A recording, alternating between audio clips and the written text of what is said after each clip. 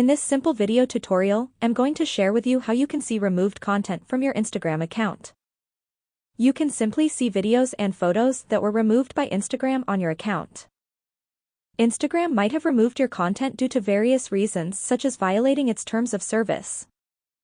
To see your removed content, just head into your Instagram.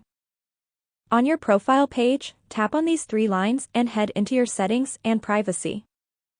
On the settings page, you will have to scroll down onto the option of account status just right here. Select the first option of removed content. You will see all reels, photos and videos that were removed from your Instagram account.